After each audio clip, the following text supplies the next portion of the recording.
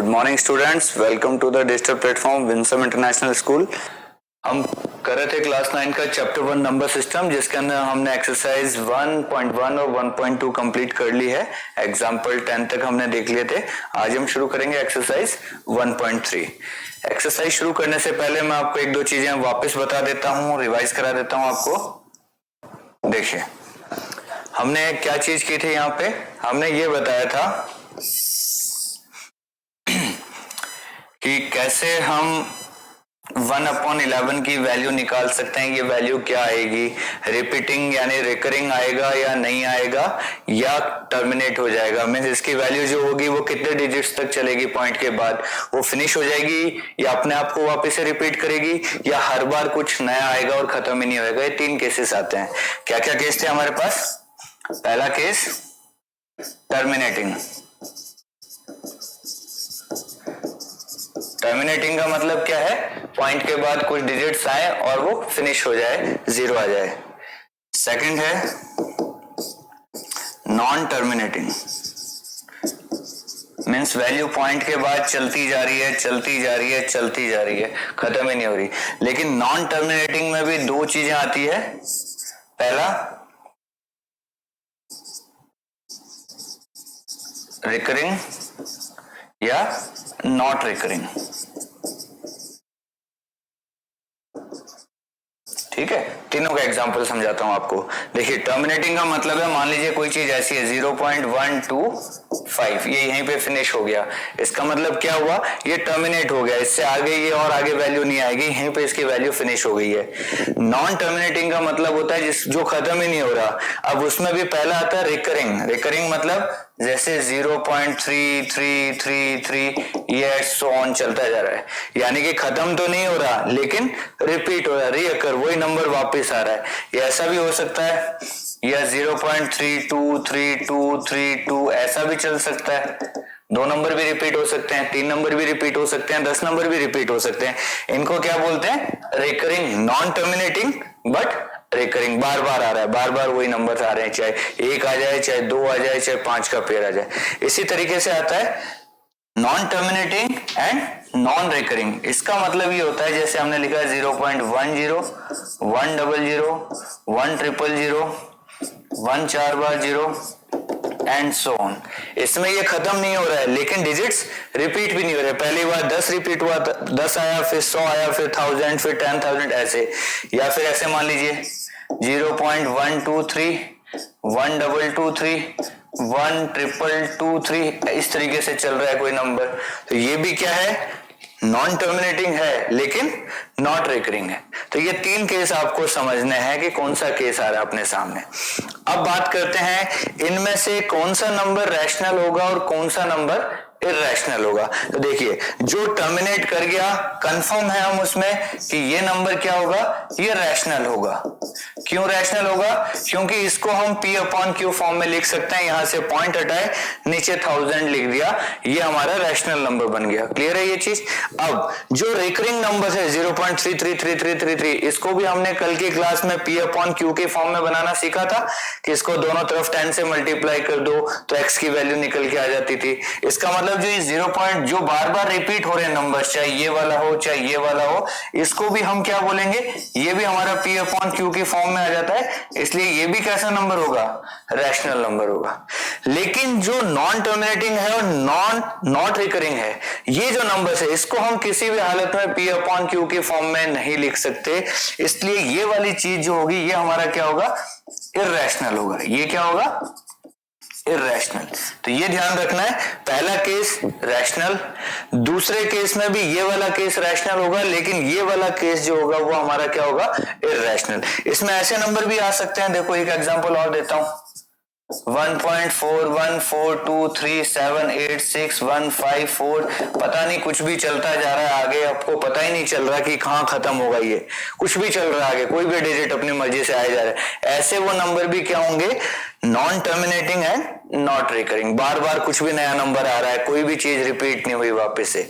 तो ऐसे सारे नंबर्स जो होंगे वो क्या होंगे? हमारे non terminating and not recurring. इनको हम बोलेंगे इररेशनल नंबर्स। क्या ये चीज क्लियर है आपको? ये तीनों केस क्लियर है, पहला और दूसरे के दोनों केस।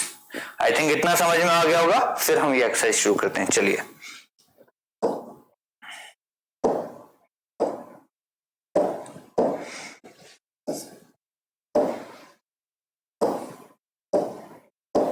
ठीक है, पहला क्वेश्चन है write the following in decimal form and say what kind of decimal expansion each has. इनको हमें डेसिमल्स में लिखना है, यानी 0 पॉइंट या 1 पॉइंट जो भी बन रहा है वैसे पॉइंट में लिखना है। एक चीज बताइए, 36/100 को क्या मैं सीधा सीधा 0.36 लिख सकता हूं? आप कहेंगे सर बिल्कुल लिख सकते हैं।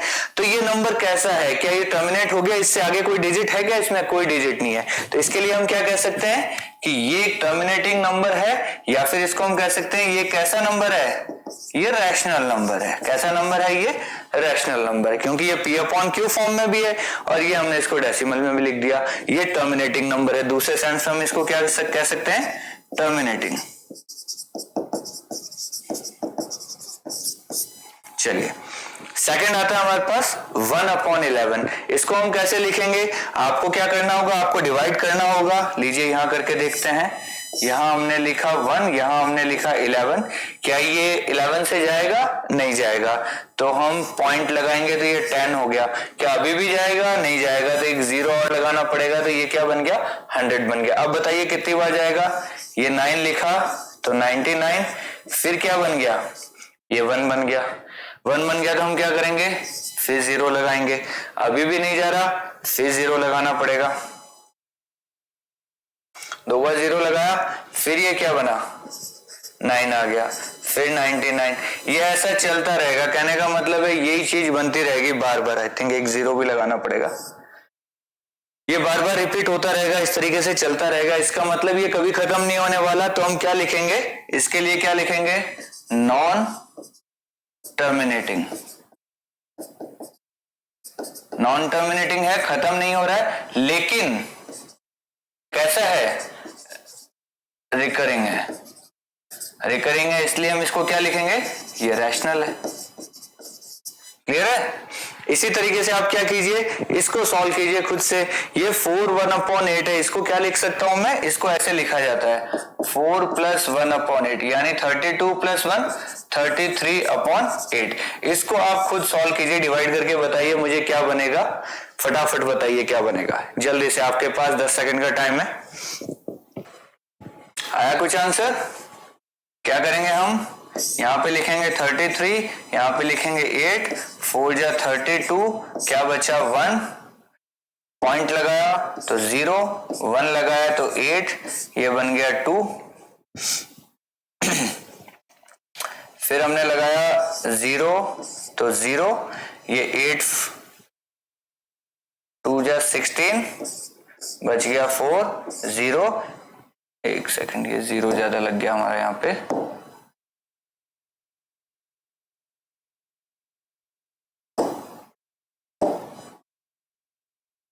टू 16 और 8 5 40। ये क्या हो गया हमारा? फिनिश हो गया। यानी क्या आंसर निकल के आया हमारा? 4.125। तो क्या ये टर्मिनेट हो गया आपका? इससे आगे जा रहा है क्या? बिल्कुल नहीं जा रहा है। तो क्या लिखेंगे इसको हम? ये टर्मिनेटिंग नंबर है। और दूसरी बात क्या लिखेंगे? रैशनल भी है। समझ में आ रहा है आपको क्या करना है? इसी तरीके से जो बाकी के क्वेश्चन है, 3/13 है, 2/11 है, 3 to 9/400 है, ये सेम क्वेश्चन है बिल्कुल। जैसे हमने ये 3 किया ऊपर वाले, बिल्कुल सेम क्वेश्चन ये है। आपको सिंपल डिवाइड करके देखना और आप डिवाइड कर सकते हो, बड़े आराम से डिवाइड कर सकते हो। कर लोगे बाकी के 3 क्वेश्चन? अगर नहीं हो आपसे कोई भी तो आप कमेंट बॉक्स में लिखिए, नेक्स्ट डे मैं आपको इनको भी सॉल्व करवा दूंगा। चलिए आगे चलते हैं सेकंड क्वेश्चन की तरफ। You know that 1/7 की वैल्यू ये है। याद कीजिए, मैंने कल भी आपको 1/7 की वैल्यू याद रखने के लिए कहा था कि 0.142857, और ये पूरा का पूरा रिपीट होगा। ये चीज याद आ रही है आपको? तो क्वेश्चन कह रहा है can you predict what the decimal expansions of 2/7, 3/7, 4/7, 5/7, 6/7। ये मैंने क्या कहा था आपको? 1/7 की वैल्यू अगर ये है तो 2/7 की भी वैल्यू निकाली थी हमने कल, और हमने क्या कहा था? इसका जस्ट आप डबल कर दीजिए। वो क्या वैल्यू हो जाएगी 2/7 की। तो देखिए 1/7 की वैल्यू है 0.142857 और पूरे के ऊपर बार। तो 2/7 की वैल्यू क्या हो जाएगी, डबल कर दीजिए किसका 1/7 का, तो डबल कर दीजिए किसका 0.142857 इसका डबल कर दीजिए। इसका डबल करोगे तो क्या बन जाएगा, 7 का डबल बोल लिए 14, 1 कैरी 11, 1 कैरी 7, 1 कैरी 5, 8, 2 और ये 0 पॉइंट, ये पूरा का पूरा रिपीट हो जाएगा। ये वैल्यू किसकी हो गई हमारी 2/7। सिमिलरली आप क्या कर सकते हो, 3/7 है तो इसका 3 टाइम्स कर दीजिए,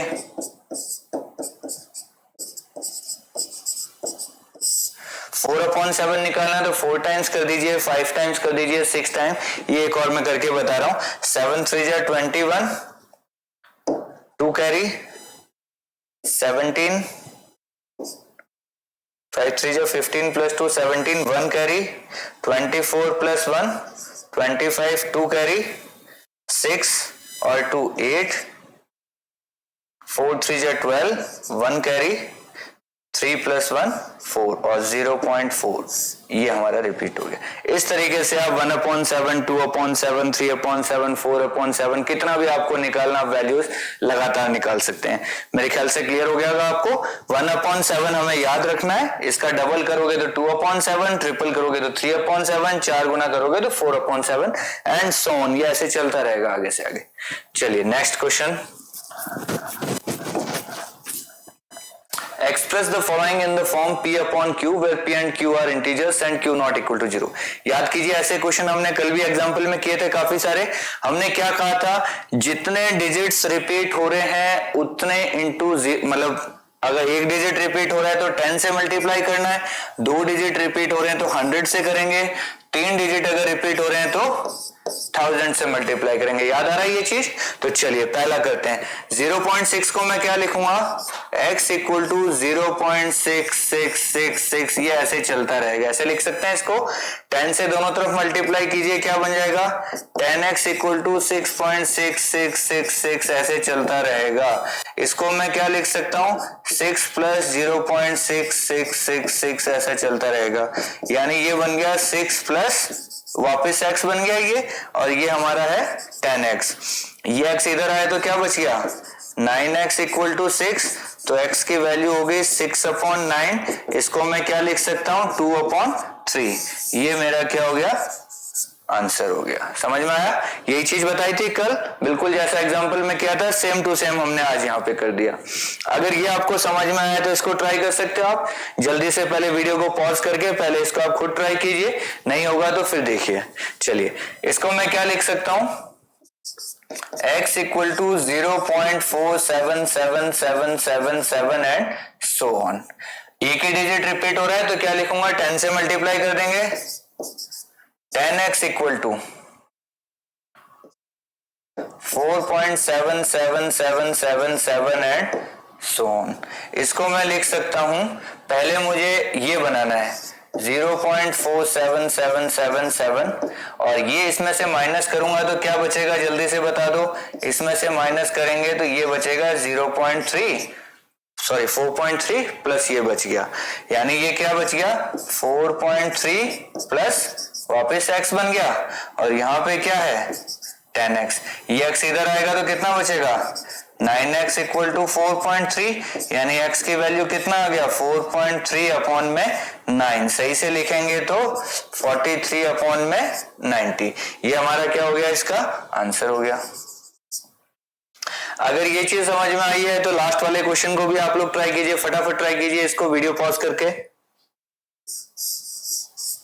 देखिए x को मैं क्या लिखूंगा 0.001, देखिए पूरे के ऊपर बार है, यानी कि वापस जो रिपीट होगा वो ये रिपीट होगा, ऐसे रिपीट हो रहा है। ये चीज समझ में आ रही है।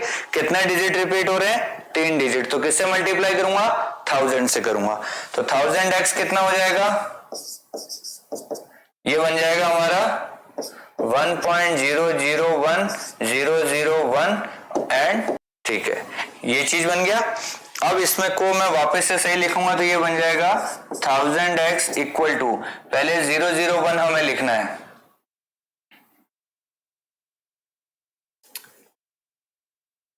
0.001 001 एंड सो ऑन। अगर इसमें से ये माइनस करता हूं तो पीछे क्या बचेगा, जल्दी से बताओ, पीछे बचेगा 1। ये बन गया 1000x equal to 1 plus x, ये इधर आ गया 999x इक्वल टू 1, यानी x की वैल्यू क्या आ गई 1/999। ये हमारा क्या हो गया, ये हमारा हो गया आंसर। तो बड़ा सिंपल सा है, जितने डिजिट रिपीट कर रहे हैं उतना, एक डिजिट रिपीट है तो 10 से मल्टीप्लाई कर दीजिए दोनों तरफ, 2 डिजिट रिपीट है तो 100 से, 3 डिजिट रिपीट है तो 1000 से। यहाँ एक ही रिपीट था तो 10x बनाया, यहाँ भी एक ही रिपीट है तो 10x बनाया, यहाँ पे 3 डिजिट रिपीट हो रहे हैं तो 1000x। अगर 2 रिपीट करते तो हम 100x से मल्टीप्लाई करते।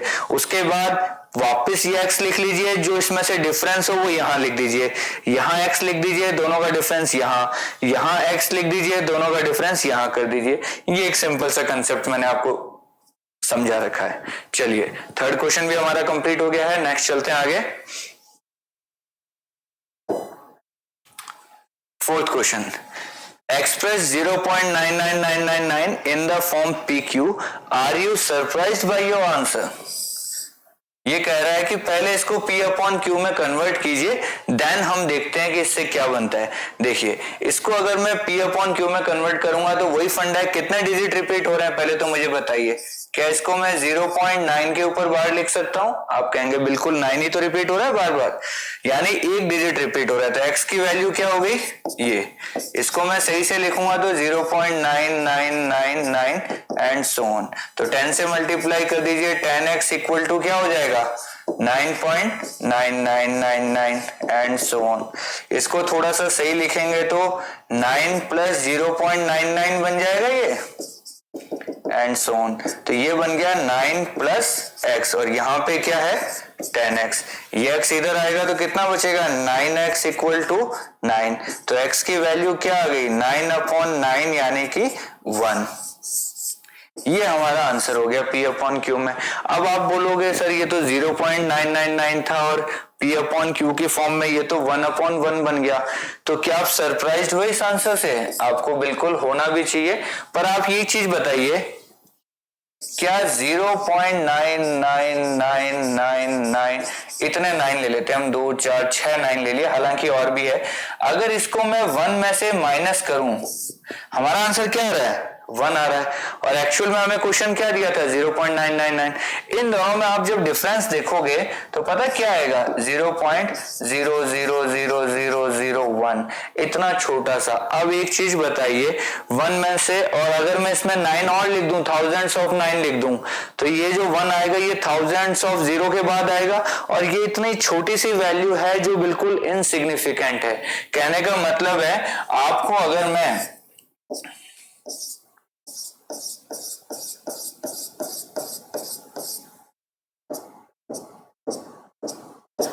कोई आपको इतने रुपए दे दे, या आपके अकाउंट में अगर इतने रुपए हो और उसमें से बैंक गलती से 1 रुपया आपका काट ले, तो क्या आपके अकाउंट पे कोई फर्क पड़ेगा? जब इतना अमाउंट आपके पास है, इसमें से अगर 1 रुपया चला भी जाए तो मेरे ख्याल से कोई फर्क नहीं पड़ेगा। सेम चीज ये है कि ये 0.00000 बहुत सारे जीरो लगने के बाद एक लास्ट में जाके 1 आया, उतनी सी चीज अगर इसमें से कम भी हो जाए तो कोई फर्क नहीं पड़ेगा। इसलिए क्या है, ये दोनों चीजें 1 और ये लगभग बराबर मानी जाती हैं, इसीलिए ये x की वैल्यू हमारी क्या आई है, यहाँ पे 1 आई है। Am I clear? चलिए देखिए क्वेश्चन क्या है हमारे पास, what can the maximum number of digits be in the repeating block of digits in the decimal expansion of 1/17। 1/17 को हमें डिवाइड करना है 1 को 17 से, और चेक करना है कि कितना बड़ा ब्लॉक बन रहा है, कि जो डिजिट्स रिपीट हो रहे हैं वो कितने ब्लॉक के बाद रिपीट हो रहे हैं, मतलब 2 डिजिट के बाद रिपीट हो रहे हैं या 5 के बाद या 10 के बाद, ये चीज हमें चेक करनी है। तो चलिए 17 से डिवाइड करते हैं 1 को, काफी बड़ा हो सकता है क्वेश्चन, फिर भी हम ट्राई करेंगे। ये 17 से किया, 1 तो जाएगा नहीं, तो पॉइंट लगाएंगे, ये बन गया 0, फिर एक और 0 लगाएंगे तो ये बन गया 100। अब बताइए 17 कितनी बार जाएगा? 5 टाइम्स 85, कितना बच गया? 15, फिर 0 लग गया, कितने टाइम्स जाएगा? 8 टाइम्स, कितना आ गया? 136। कितना आएगा? रिमेनिंग 14। 0 लगा देते हैं, कितनी बार जाएगा? वापस से 8 बार, ये हो गया 140। कितना आ गया? सॉरी 140 नहीं आएगा, 136 आएगा।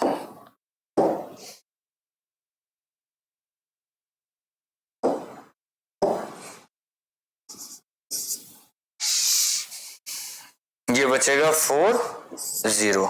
17 का टेबल पढ़िए, 17 2 जा 34। अब मैं इसका यहां लिख रहा हूं आगे, तो ये आ जाएगा 6 के बाद हम क्या करेंगे? यहाँ पे 0 लिखेंगे, फिर 17 का टेबल पढ़ेंगे, कितनी बार जाएगा? 3 टाइम्स, कितना आएगा? 51। कितना बच गया? 9 0। फिर 17 का पढ़िए 5 टाइम्स, कितना आ गया? 85। कितना बचेगा?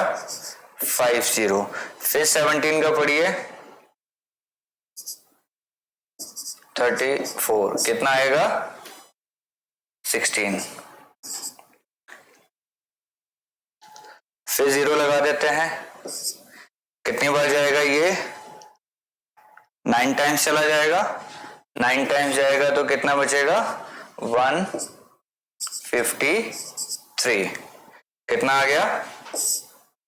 7। फिर 0 लगा देंगे, फिर 17 से देखते हैं 4 टाइम्स, ये हो गया 70, ये हो गया 68। कितना बच गया? 2। 0 लगा देते हैं, फिर हमने लिखा 1 टाइम, ये 17, कितना आ गया? 30। क्या अभी तक 30 कहीं आया था? अभी तक तो नहीं आया। चलिए फिर देखते हैं ये कितनी बार जाएगा। यहां लिख लेते हैं, इसका 1 लिख लेते हैं, कितना बचेगा? 13। 130 कहीं पे आया था क्या?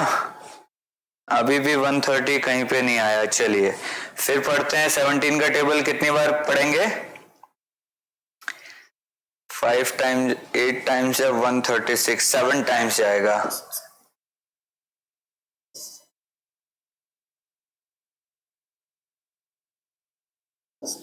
वन 9। ये बच गया हमारा 11। फिर 0 लगा दिया। अब और कितनी बार जाएगा? 110 भी रिपीट नहीं हुआ मेरे ख्याल से, ये तो काफी बड़ा हो जाएगा हमारा क्वेश्चन। यानी 110 है तो कितनी बार जाएगा? ये 6 टाइम जाएगा। तो 6 टाइम्स अगर हम करेंगे तो ये हो जाएगा 102। फिर ये बचेगा हमारा कितना? 8। क्या 80 रिपीट हुआ है कहीं पे? 80 भी कहीं पे रिपीट नहीं हुआ है, ये चलता जा रहा है, खत्म ही नहीं हो रहा। 80 आए तो कितनी बार आएगा? 80 4 टाइम्स, कितना हो गया? 68। कितना बच गया? 12। 120 भी नहीं आया। चलिए कितनी बार जाएगा ये? 119 का मतलब हमने किया था 7 टाइम्स।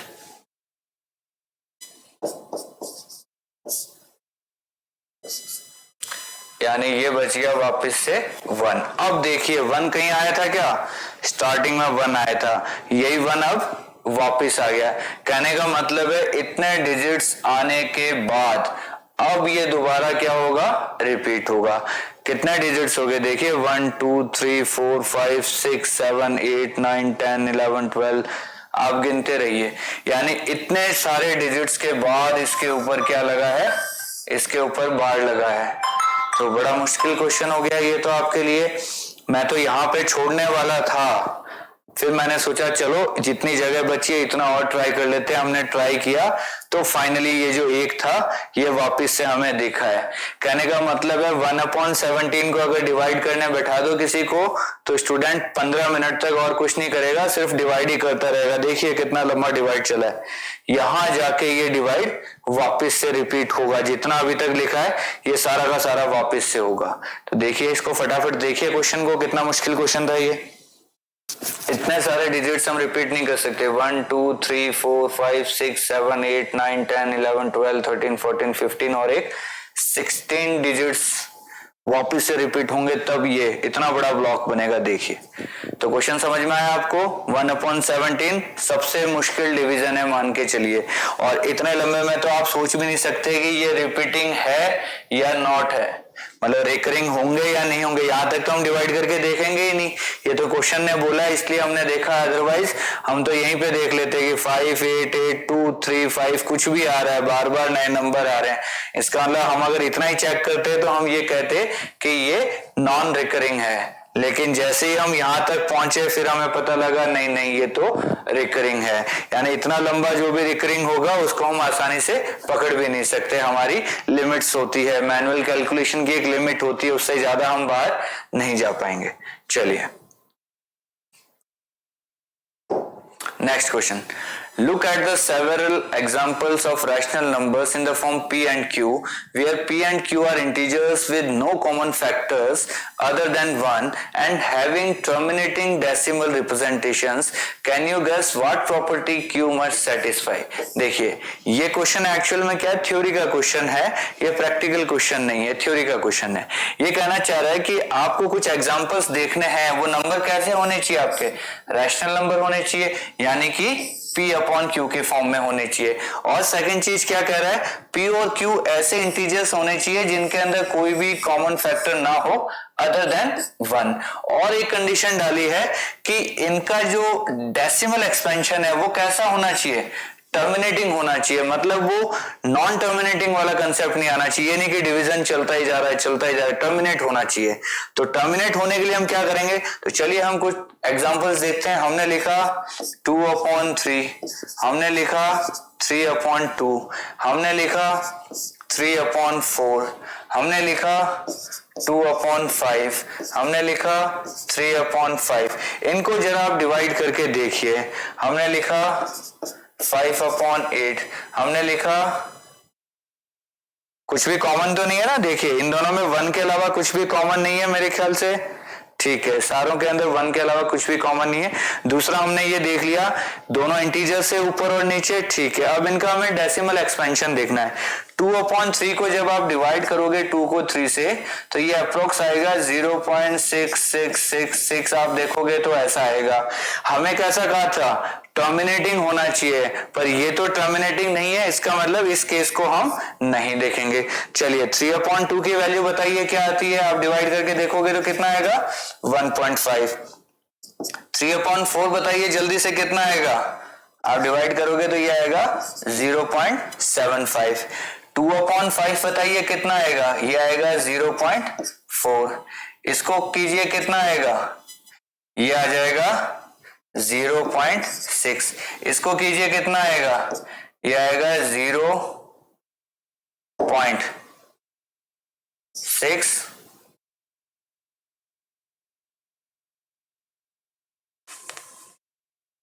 टू 5। देखिए आपने गौर किया होगा, अगर इस एक एग्जाम्पल को मैं हटा दूं, 3/2 भी 1.5 बन रहा है, 3/4 0.75, 0.4 0.6 और 0.625। कहने का मतलब है ये जितने भी एग्जाम्पल मैंने लिए हैं सारे के सारे कैसे हैं, सारे के सारे टर्मिनेटिंग है, जो टर्मिनेट हो रहे हैं, और सब P/Q के फॉर्म में थे, और सब में कोई भी कॉमन फैक्टर नहीं था अदर देन 1। तो यहाँ पे अगर आप देखोगे तो ये पूछ रहा है Q की क्या प्रॉपर्टी दिख रही है, आप देखिए जरा Q की प्रॉपर्टी देखिए। Q कैसा है, यहाँ पे 3 था तो नहीं काम बना, 2 से टर्मिनेट हो गया, 4 से टर्मिनेट हो गया, 5 से टर्मिनेट हो गया, 5 से टर्मिनेट हो गया, 8 से टर्मिनेट हो गया। यानी कहने का मतलब है, मुझे ये समझ में आ रहा है कि अगर डिनोमिनेटर में अगर डिनोमिनेटर में 2 या 5 होगा तब तो ये टर्मिनेट होंगे, अदरवाइज ये टर्मिनेट नहीं होंगे। 2 है इसके अंदर, बिल्कुल है, 4 के अंदर भी 2 होता है, 8 के अंदर भी 2 होता है। कहने का मतलब है 2 की पावर 1, 2 की पावर 2, 2 की पावर 3, इनमें से अगर कोई भी है डिनोमिनेटर में तो ये टर्मिनेट करेगा, या 5 की पावर 1, 5 की पावर 2, 5 की पावर 3 अगर ये है तो भी ये टर्मिनेट करेगा। और इन दोनों को मिक्स करके बना दूं, मान लीजिए मैंने लिखा 7/10, इसमें 5 और 2 दोनों आ गए तो भी इसकी वैल्यू क्या बनेगी, 0.7 टर्मिनेटिंग बनेगी। यानी चाहे तो ये सिंगल सिंगल हो जाए, चाहे ये सिंगल सिंगल, या ये मिक्स बन करके बन जाए, यानी जिनका डिनोमिनेटर इन फॉर्म में होगा वो तो टर्मिनेट करेंगे, अदरवाइज नहीं करेंगे। आप और चेक कर सकते हैं, आप लिख सकते हैं 1/6 को देख सकते हैं, 1/7 देख सकते हैं, 3/7 देख सकते हैं, 4/9 देख सकते हैं, 6/15 देख सकते हैं। यानी ये ऐसे नंबर्स हैं जो टर्मिनेट नहीं करने वाले, आप चेक करके देख सकते हैं। ये नंबर्स ऐसे हैं जो टर्मिनेट नहीं करने वाले, यानी डिनोमिनेटर में या तो 2 की पावर होनी चाहिए कुछ भी, या 5 की पावर होनी चाहिए कुछ भी, इनमें या इन दोनों का मिक्सचर होना चाहिए। अगर ऐसा मिक्सचर है तब तो ये टर्मिनेट करेंगे, अदरवाइज ये टर्मिनेट नहीं करेंगे। Am I clear? तो बहुत अच्छा क्वेश्चन था, इसको आप याद रख सकते हैं। ये आपको कुछ नॉलेज देके जाएगा, नॉलेजेबल क्वेश्चन है, थ्योरेटिकल क्वेश्चन है। ये कुछ एक्सपेरिमेंट करने के बाद ही ये रिजल्ट्स निकल के आते हैं, अदरवाइज आपको पहले से नहीं पता होंगे। चलिए नेक्स्ट क्वेश्चन की तरफ चलते हैं। Write 3 numbers whose decimal expansions are non-terminating and non-recurring।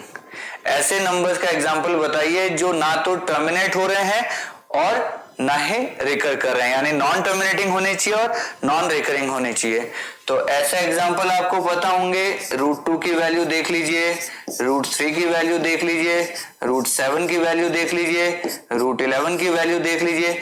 ये सारे नंबर्स की जो वैल्यू है वो ऐसी है जो ना तो कभी टर्मिनेट होंगे ना कभी आपके रिपीट होंगे, ये चलते रहेंगे आगे से आगे।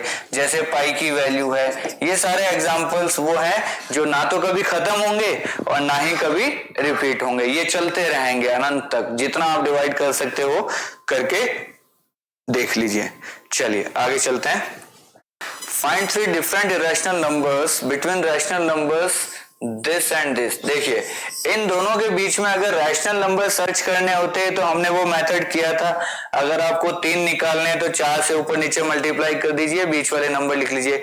5 निकालने हैं तो 6 से ऊपर नीचे मल्टीप्लाई कर लीजिए। तो वो तो उस तरीके से तो क्या निकलते थे, रैशनल नंबर्स के बीच में रैशनल नंबर्स निकलते थे।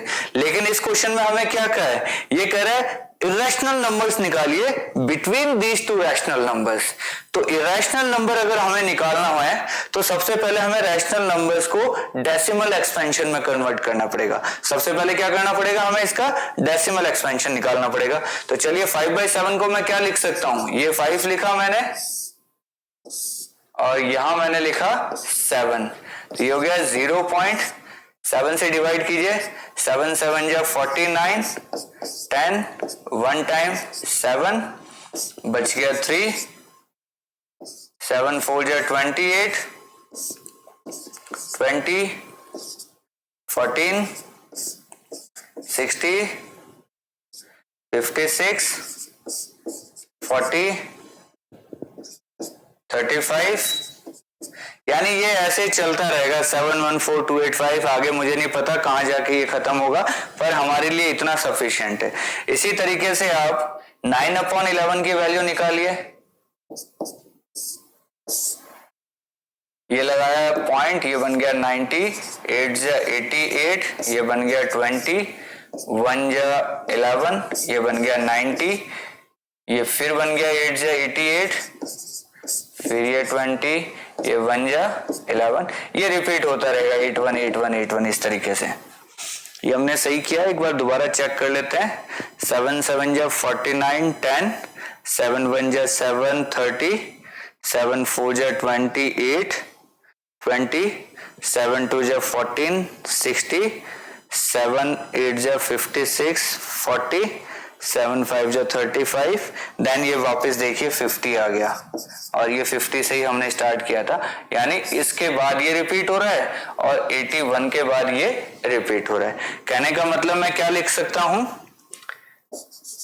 5/7 को मैं लिख सकता हूं 0.714285 के बाद रिपीट, और 9/11 को मैं लिख सकता हूं 0.81 रिपीट। अब इन दोनों नंबर के बीच में हमें ऐसे नंबर्स देखने हैं जो कैसे हो, जो इरेशनल हो। इरेशनल कौन होता है, नॉन टर्मिनेटिंग, नॉट रिकरिंग, ऐसे नंबर हमें सोचना है। यानी आप ऐसे समझिए 71 और 81 के बीच में आपको कुछ भी नंबर सोचना है। 71 और 81 के बीच में आप क्या सोच सकते हैं, 72, 73, 74, 75, 76, 77, कुछ भी जो आपके मन में आए। मान लीजिए मैंने 72 सोचा, तो मैं क्या लिखूंगा 72। अब इसके आगे इसको आपको खत्म नहीं करना है, जैसा आपका मन करे आप लिख लीजिए। मान लीजिए मैंने 720 लिख दिया, उसके बाद 7200 लिख दिया, उसके बाद 72000 लिख दिया, और ये ऐसा चलता रहे।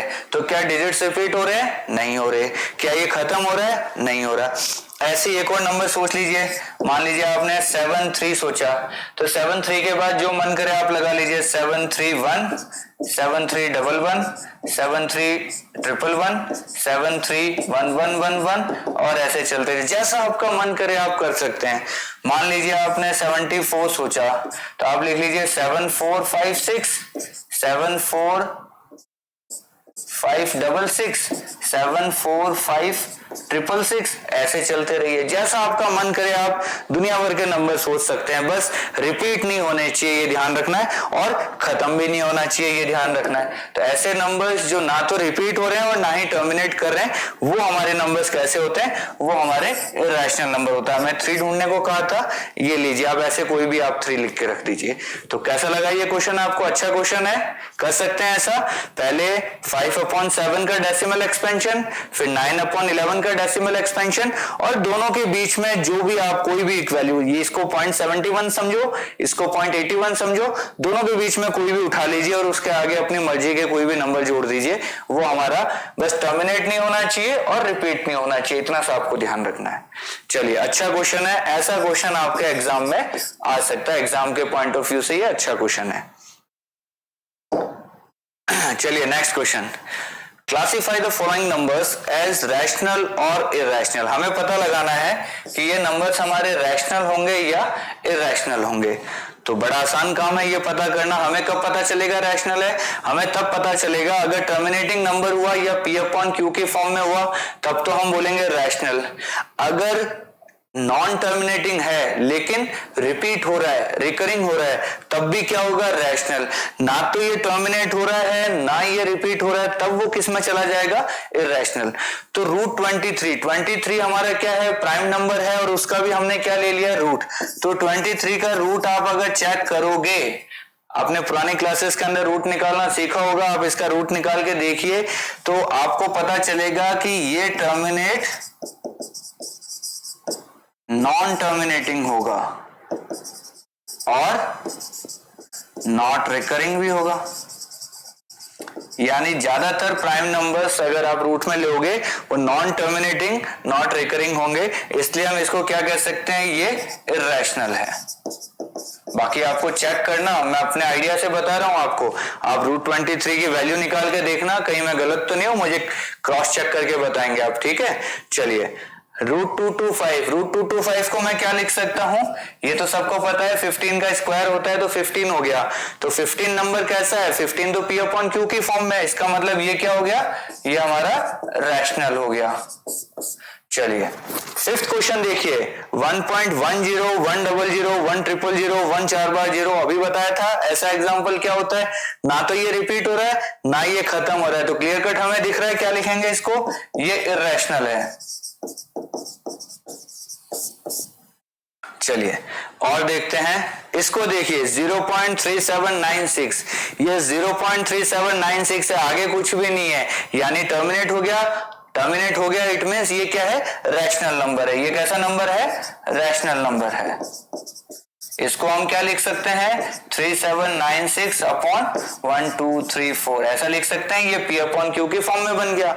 अगर P अपॉन Q के फॉर्म में, इसका मतलब ये नंबर क्या है, हमारा रैशनल नंबर है। चलिए ये देखिए 478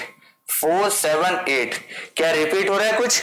क्या इसको मैं ऐसे लिख सकता हूं 7.478 के ऊपर बार। और हमने क्या बात की थी, ऐसे सभी नंबर जो टर्मिनेटिंग नहीं है लेकिन रिकरिंग है, बार बार डिजिट्स रिपीट हो रहे हैं, तो वो सारे नंबर्स हमारे क्या होते हैं, वो सारे नंबर्स हमारे रैशनल होते हैं।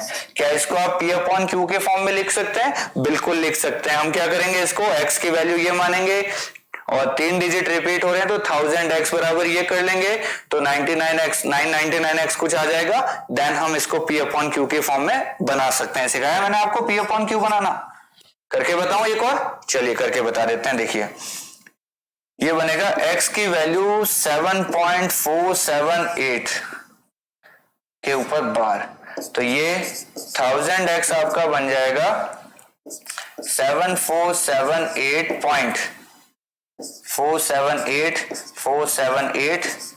ऐसे चलेगा। तो इसको मैं लिखूंगा 1000x बराबर हमें 7.478 चाहिए, तो x की वैल्यू हो जाएगी 7478। ठीक है, इसको हम लिख सकते हैं प्लस 7.478 एंड सो ऑन। इसमें से 7 माइनस करेंगे तो ये बचेगा 7471।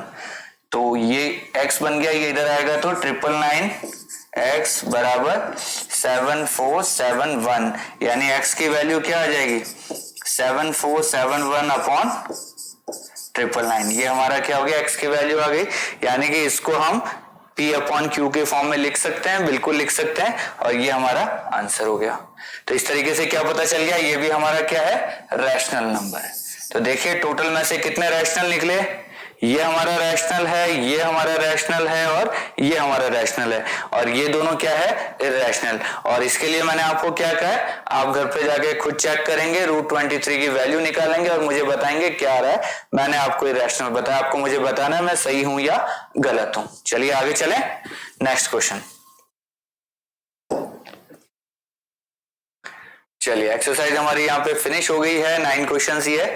आज के लिए हम इतना ही करेंगे, काफी हमने रैशनल इररेशनल खेल लिया है। तो इसको आप अच्छे से स्टडी कीजिए, वापस अपने नोट्स बहुत अच्छे से बनाइए, रैशनल क्या होता है, इररेशनल क्या होता है, गलती नहीं होनी चाहिए।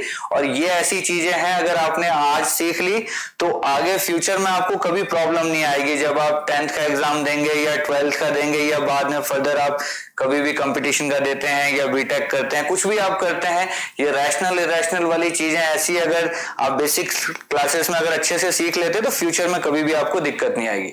चलिए आज के लिए इतना ही, थैंक यू सो मच।